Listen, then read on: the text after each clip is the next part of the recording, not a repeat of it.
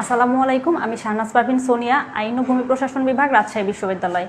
আজকে তোমাদের যুক্তিবিদ্যার ক্লাসটা আছে। যুক্তিবিদ্যা দ্বিতীয় পত্রের ক্লাস নেব আজকে। যুক্তিবিদ্যা দ্বিতীয় পত্র ফার্স্ট ক্লাস। এর আগে তোমাদের অনেকগুলো ক্লাস নেওয়া হয়েছে, তো আশা করি অলরেডি মোটামুটি তোমরা সবাই আমাকে চেনো।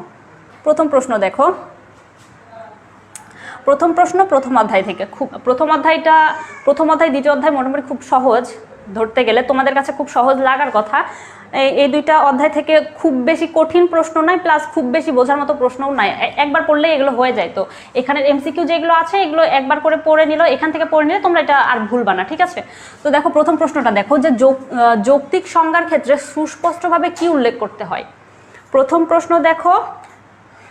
আচ্ছা, যৌক্তিক সংজ্ঞার ক্ষেত্রে সুস্পষ্টভাবে কি উল্লেখ করতে হয়? অপশনগুলো দেখো। ক, পদের পূর্ণ ব্যক্তার্থ। খ নাম্বার, পদের পূর্ণ জাত্যর্থ। গ নাম্বার বলছে পদের আংশিক ব্যক্তার্থ, নাকি ঘ নাম্বার পদের আংশিক জাত্যর্থ। ঠিক আছে, এক নাম্বার দেখো যে যৌক্তিক সংজ্ঞার ক্ষেত্রে সুস্পষ্টভাবে কি উল্লেখ করতে হয়।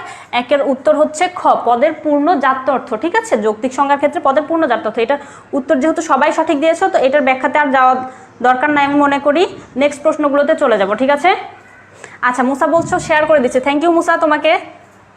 আচ্ছা দেখো, দুই নাম্বার দেখো, মানুষ হয় বুদ্ধিবৃত্তি সম্পন্ন জীব। বাক্যটিতে সংজ্ঞার, এখানে হবে সংজ্ঞার পদ কোনটি? ঠিক আছে, দেখো মানুষ হয় বুদ্ধিবৃত্তি সম্পন্ন জীব, এখানে সংজ্ঞার পদ কোনটি? মানুষ বুদ্ধিবৃত্তি সম্পন্ন জীব নাকি হয়? ক, যে মানুষ হয় বুদ্ধিবৃত্তি সম্পন্ন জীব, এখানে সঙ্গেয় পদ কোনটা?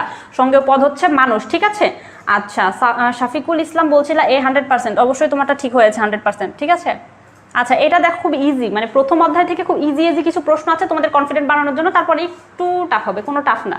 আর তোমরা এখন অলরেডি পড়ে ফেলেছো, এর জন্য তোমাদের কাছে এগুলো আর টাফ লাগবে না, ঠিক আছে?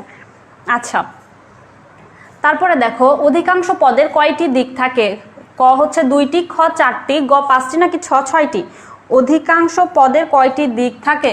2, 4, 5, 6। এটা খুব ইজি প্রশ্ন, এটার উত্তর আশা করি সবাই পারবা। এই পর্যন্ত তো তোমরা সবাই সঠিক উত্তর দিয়েছো। উত্তরটা দেখে নি, দেখো যে অধিকাংশ পদের কয়টি দিক থাকে। অধিকাংশ পদের কয়টি দিক থাকে? 2টি দিক থাকে। কি কি হবে বলো দেখি, তোমরা কমেন্ট করে দাও যে পদের যে 2টা দিক থাকে সেই 2টা দিক কি কি।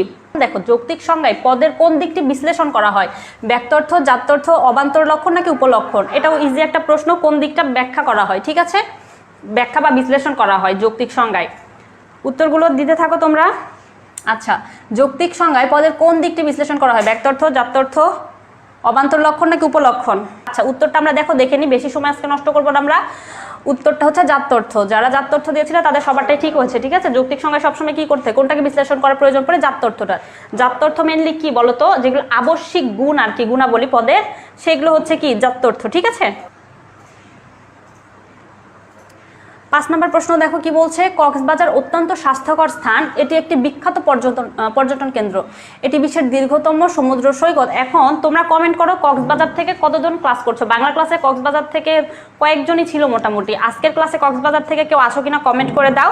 আর এটার অপশনগুলো দেখো, যে প্রশ্নটাকে দেখো যে কক্সবাজারকে উপস্থাপন করার ক্ষেত্রে আশ্রয় নেওয়া হয়েছে নিচের কোনটির? এই যে কক্সবাজার সম্পর্কে যে কথাগুলো বললো, এই উপস্থাপনের ক্ষেত্রে কোন দিকগুলো, কোনটার সাহায্য নেওয়া হয়েছে? দেখো যৌক্তিক সংজ্ঞা, নাকি বর্ণনা, নাকি যৌক্তিক বিভাগ, নাকি শ্রেণীকরণ, কোনটার সাহায্য নেওয়া হয়েছে?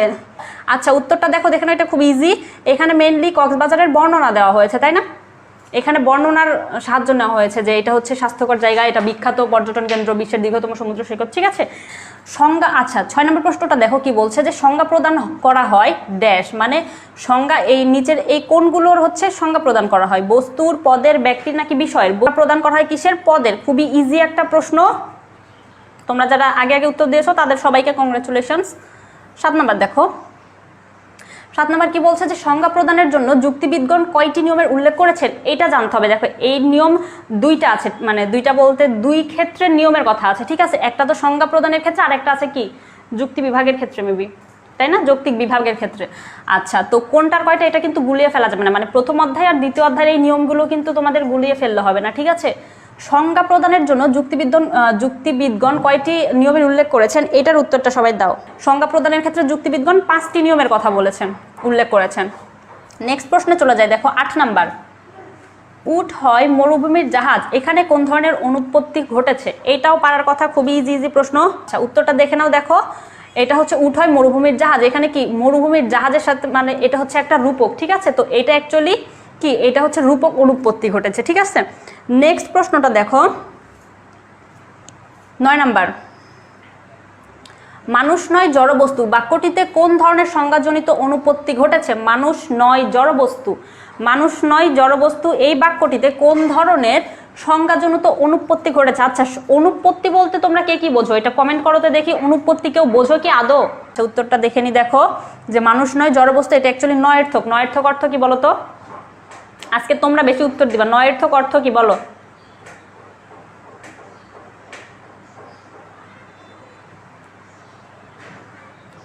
আচ্ছা হ্যাঁ মারিয়া, তোমাকে ছেলে ভাবার কারণ নাই, তোমার নাম তো মারিয়া। দেখো 9 নাম্বারের হচ্ছে কি উত্তরটা হচ্ছে নয়ের্থক। এখন নয়ের্থক অর্থ কি বোঝো দাও, কমেন্ট করো। 10 নাম্বারটা দেখো কি বলছে, আলো হচ্ছে অন্ধকারের বিপরীত। আলো হচ্ছে অন্ধকারের বিপরীত, তাই না? আচ্ছা এখানে দেখো কোন সংজ্ঞাজনিত অনুপত্তি ঘটেছে। এখন মেনলি আমরা সব অনুপত্তিগুলো নিয়ে অ্যাকচুয়ালি আলোচনা করবো। এখানে তোমাদের ফার্স্ট চ্যাপ্টার থেকে যে এই রিলেটেড যে কোশ্চেনগুলো আছে না, এগুলো খুব ভালো করে করবা। ঠিক আছে, পরীক্ষার হলে যে এগুলো গুলিয়ে ফেলবা না। আর আমার মনে হয় গুলানোর মতো কিছু নাইও, কারণ সবগুলো খুবই ইজি আর কি, বোঝাই যায় যে এটা এই ধরনের। এখন এখানে কি বলছে দেখো, আলো হচ্ছে অন্ধকারের বিপরীত। এখানে কোন সংজ্ঞাজনিত অনুপত্তি ঘটেছে? বাহুল্য, চক্রক, দুর্বোধ্য নাকি নেতিবাচক? দেখো আমরা উত্তরটা দেখে নি। দেখো আলো হচ্ছে অন্ধকারের বিপরীত, এটা অ্যাকচুয়ালি কি নেতিবাচক একটা কি অনুপত্তি ঘটেছে এখানে। ঠিক আছে, আলো অন্ধকারের বিপরীত, এটা অ্যাকচুয়ালি নেতিবাচক অনুপত্তি। নেক্সট কোশ্চেন আমরা চলে যাব 11 নাম্বার। 11 নাম্বার হচ্ছে দ্বিতীয় অধ্যায় থেকে শুরু হয়ে গেল, আমাদের যৌক্তিক বিভাগ থেকে শুরু হয়ে গেল। দেখো যৌক্তিক বিভাগে একই সময়ে কয়টি মূলসূত্র গ্রহণ করা যায়? খুব ইজি একটা প্রশ্ন। যৌক্তিক বিভাগে একই সময়ে কয়টি মূলসূত্র গ্রহণ করা যায়? 2টি, মানে 1 2 3 4। 1 2 3 4 কোনটা হবে বলো? বেশিরভাগই বলছো একটি। তাহলে উত্তরটা দেখো যে যৌক্তিক বিভাগে একই সময়ে অ্যাকচুয়ালি একটা মূলসূত্র গ্রহণ করা যায়। তুমি যদি না করে অনেকগুলো করো তখন সেগুলো কি হয়ে যায় বলো তো?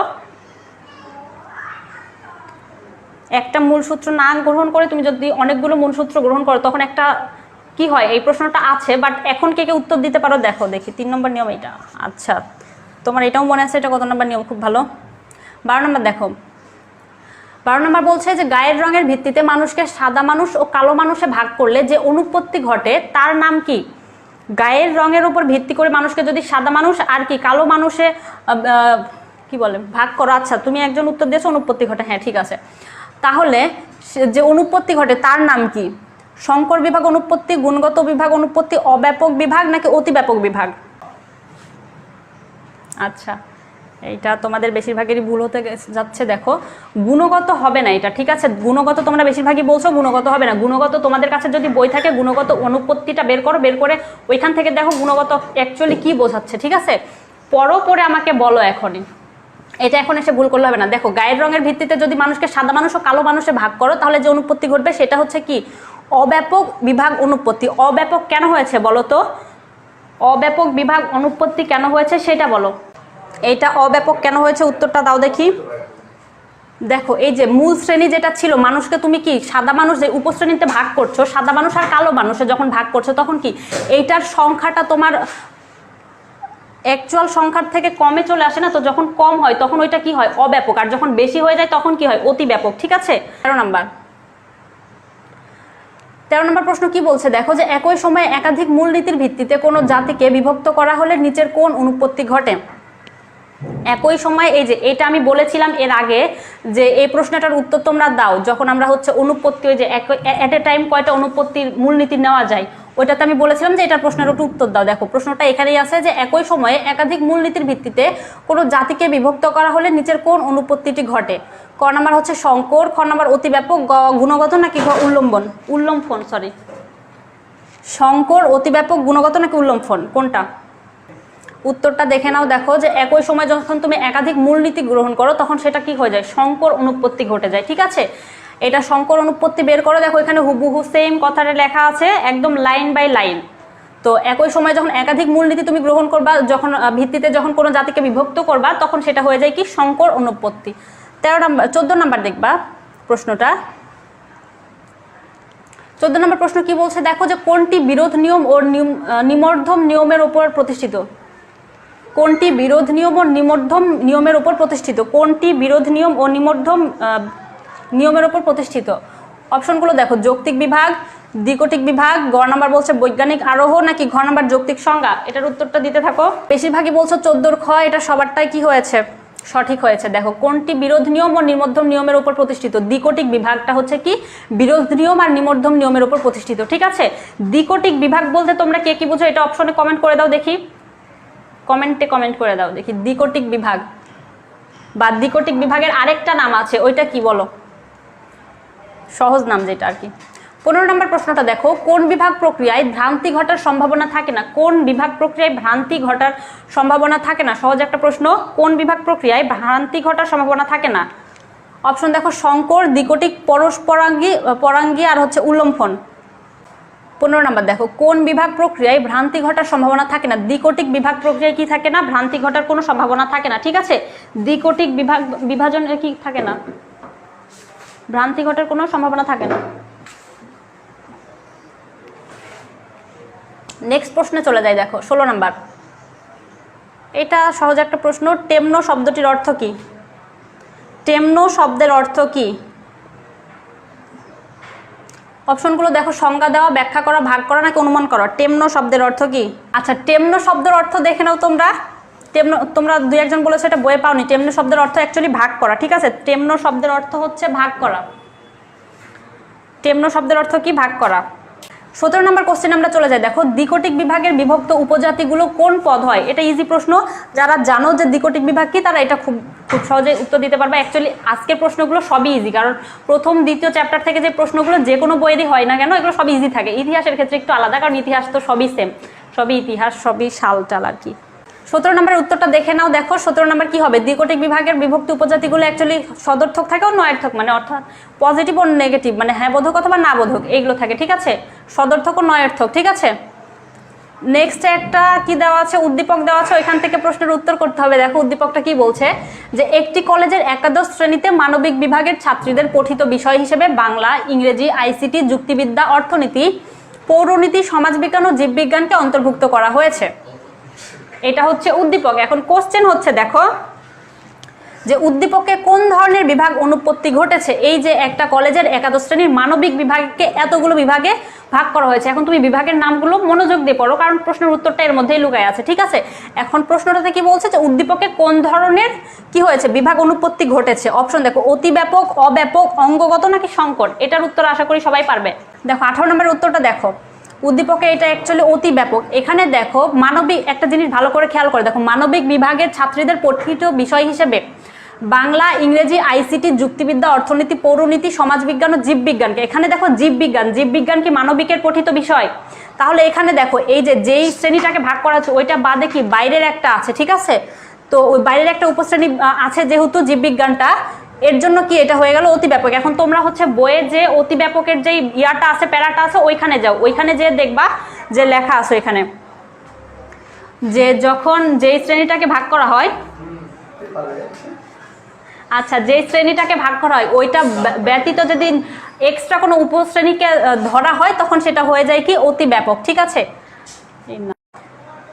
এই যে সেম উদ্দীপক থেকেই প্রশ্ন 19 নম্বর প্রশ্ন কি বলছে, যে এ ধরনের অনুৎপত্তির কারণ কি? এই যে আমি কারণটা বলে তোমরা পারবে, কারণটা আমি আগের প্রশ্নেই বলে দিয়েছি। উত্তরটা দেখো, যে ক নাম্বার একাধিক মূলনীতি গ্রহণ, খ নাম্বার বলছে জাতির তুলনায় উপজাতি সমূহের ব্যক্তর্থ বেশি, গ নাম্বার বলছে জাতির তুলনায় উপজাতি সমূহের ব্যক্তর্থ কম, আর ঘ নাম্বার বলছে ব্যক্তিবাচক পদের বিভাজন। এটার উত্তর পারার কথা, কারণ প্রশ্নের উত্তরেই ওইটা বলে দিয়েছি, শ্রেণীর তুলনায় উপশ্রেণীগুলো। এখন দেখো এটাতে কি বলছে, জাতির তুলনায় উপজাতিগুলো, অ্যাকচুয়ালি আমি শ্রেণী বলছি, সরি, জাতির তুলনায় উপজাতি সমূহের ব্যক্তর্থ যখন বেশি হয়ে যায় তখন সেটা কি হয়? আচ্ছা সেটা হয়ে যায় হচ্ছে অতি ব্যাপক, ঠিক আছে। নেক্সট কোশ্চেন আমরা দেখো 20 নাম্বার। দেখো এটা কি বলছে, 20 নম্বর বলছে পরাঙ্গী বিভাগ কোন নিয়ম লঙ্ঘনের কারণে ঘটে? এখন আসছে তোমাদের যেই ইয়ার যে কয়টা নিয়ম আছে এটা বলো, আমি মেবি এর আগেও বললাম। এটা দেখো কোন নিয়মের লঙ্ঘন ঘটালে পরস্পরাঙ্গী হয়? এটা হচ্ছে প্রথম, দ্বিতীয়, চতুর্থ, ষষ্ঠ, ঠিক আছে। এখন এই নিয়মগুলো কোনটা লঙ্ঘনে কি হয় এটা জেনে রাখাটা খুবই ইম্পর্টেন্ট, এটা মনে রাখাটা আর কি, এগুলো উল্টা পাল্টা করে ফেলা যাবে না, ঠিক আছে। তাহলে দেখো 20 নম্বরের বলছো তাবিয়া তাসনিম বলছো গ, সাবরিনা বলেছো ঘ, আচ্ছা শিমু বলেছ 5টি, আচ্ছা হয়েছে না 5টি, তো 5টি হবে না, এই হচ্ছে নিয়ম হচ্ছে যৌক্তিক বিভাগের 6টি আর যৌক্তিক সংজ্ঞার ক্ষেত্রে 5টি। আচ্ছা দেখো 20 নম্বর দেখো যে পরস্পরাঙ্গী বিভাগ কোন নিয়ম লঙ্ঘনের কারণে ঘটে, এটা হচ্ছে চতুর্থ যেই নিয়মটা, সেই নিয়মটা যখন লঙ্ঘন করা হয় তখন ঘটে। ঠিক আছে, 21 নম্বরে চলে যায় আমরা। দেখো আচ্ছা চলেই আসছে, অর্ধেক নিয়ম এখানেই আমি দিয়ে দিয়েছি। দেখো উল্লম্ফন বিভাগ কোন নিয়ম লঙ্ঘনের কারণে হয়, এই যে কোনটা কোন নিয়ম লঙ্ঘনের কারণে হয় এটা কিন্তু খুবই খুবই খুবই ইম্পর্টেন্ট, এটা মুখস্থ রাখা। ঠিক আছে, মনে রাখাটা। এখানে দেখো বলছে যে উল্লম্ফন বিভাগ কোন নিয়ম লঙ্ঘনের কারণে হয়, প্রথম দ্বিতীয় চতুর্থ ষষ্ঠ উল্লম্ফন। আচ্ছা উল্লম্ফন বিভাগ হচ্ছে ষষ্ঠ নিয়মের, একজন বলছিল 100% সঠিক হবে, ওটা ঠিকই আছে। আচ্ছা ষষ্ঠ নিয়ম লঙ্ঘনের কারণে উল্লম্ফন বিভাগ হয়। ঠিক আছে, হ্যাঁ। যৌক্তিক বিভাগের তৃতীয় নিয়ম লঙ্ঘন করলে কোন অনুপত্তি ঘটবে, যৌক্তিক বিভাগের তৃতীয় নিয়মটা যদি লঙ্ঘন করো তখন কোন অনুপত্তি ঘটবে, এটা একটু উল্টাটা, তোমাকে এখন নামটা বলতে হবে। ঠিক আছে, তোমরা কিন্তু আমি সব নামগুলো সিরিয়াল বাই দিতে বলেছিলাম, একজনও কিন্তু কমেন্ট করেন, নামগুলো সব চলেই আসলো। এটার অ্যান্সারটা তোমরা তো দিয়েছো বেশিরভাগই, এটার উত্তরটা দেখে নাও। 22 নাম্বার যে যৌক্তিক বিভাগের তৃতীয় নিয়ম লঙ্ঘন করলে কোনটা হয়, অব্যাপক বিভাগ হয়। ঠিক আছে, তোমরা এইগুলো এই যে নিয়মের যে লঙ্ঘনগুলো আছে না, এগুলো তোমরা 2-1টা বই মিলে, মানে একটা রাইটারের বই কখনো সাথে রাখবা না। ঠিক আছে, অ্যাটলিস্ট 2টা রাইটারের বই সাথে রাখবা। আচ্ছা 23 নম্বরের উত্তরটা দেখো, প্রশ্ন দেখো সরি, মানুষকে একই সাথে সৎ, ফর্সা, লম্বা ইত্যাদি উপজাতিতে ভাগ করলে কোন ভ্রান্ত বিভাগের উৎপত্তি ঘটে। মানুষকে যদি একই সাথে তুমি সৎ, ফর্সা, লম্বা ইত্যাদি উপজাতিতে ভাগ করো তখন কোন ভ্রান্ত, উত্তরটা দেখো এখন। 23 নম্বর বলছে মানুষকে একই সাথে তুমি যখন সৎ, ফর্সা, লম্বা ইত্যাদি উপজাতিতে ভাগ করো তখন সেটা হয়ে যায় সংকর বিভাগের, তখন সেটা কি হয়ে যায়, সংকর বিভাগ হয়ে যায়। এটা কোন নিয়ম বলো তো, সংকর বিভাগটা কোন নিয়ম লঙ্ঘনের ফলে হয়। আচ্ছা নেক্সট প্রশ্নে চলে যাব আমরা। 24 নম্বর বলছে প্রাণীকে জলচর ও উভচর এ বিভক্ত, জলচর এবং উভচরে যদি বিভক্ত করা হয় তখন হচ্ছে কোন অনুৎপত্তি ঘটে। অ্যাকচুয়ালি তোমাদের দ্বিতীয় চ্যাপ্টার সবগুলো হচ্ছে কি যৌক্তিক বিভাগের, এগুলো নিয়ে। ঠিক আছে, আচ্ছা উত্তরটা দেখো, 24কে প্রাণীকে যখন জলচর ও উভচরে ভাগ করবে তখন কি হয়ে যাবে, এটা অব্যাপক হয়ে যাবে। অব্যাপকের ব্যাখ্যাটা আমি দিয়েছিলাম, যারা মিস করেছো তারা ভিডিওটা আবার দেখে নিবা। ঠিক আছে, নেক্সট আমরা চলে যাই 25 নাম্বার। যদি একটি আমকে রূপ, রস, গন্ধ, স্বাদ ইত্যাদি অংশে বিভক্ত করা হয় তাহলে কোন ধরনের অনুৎপত্তি ঘটে। ভেরি ইজি একটা প্রশ্ন, লাস্ট প্রশ্ন, দেখি কতজন সঠিক উত্তর দাও। 25 নম্বরের উত্তর তাড়াতাড়ি দাও। 25 নম্বরের উত্তরটা দেখো তাহলে। 25 নম্বরের উত্তর হচ্ছে যে শফিকুল ইসলাম, তোমার অনেক % শিওর সেটা সঠিক হয়েছে, যে এটা কি আমকে যখন তুমি রূপ, রস, গন্ধ ইত্যাদি, স্বাদ ইত্যাদিতে ভাগ করছো তখন সেটা হয়ে যাচ্ছে গুণগত বিভাগে। ঠিক আছে, আচ্ছা আজকের ক্লাসটা আমাদের এই পর্যন্তই। নেক্সট আমাদের আর একটা থেকে 2টা যুক্তিবিদ্যার ক্লাস পেতে পারো, আর তারপরে বাংলা ক্লাস আছে। তোমরা যারা জানতে চেয়েছিলে তোমরা হচ্ছে রুটিনটা দেখে নিবে পেজ থেকে। আজকের ক্লাস তাহলে এই পর্যন্তই। তোমাদের আজকের ক্লাস কেমন লাগলো জানিও, আর ভিডিওটা শেষ হয়ে গেলে তোমরা ক্লাসটা শেয়ার করে দিও। ভালো থাকো সেই পর্যন্ত সবাই, আল্লাহ হাফেজ।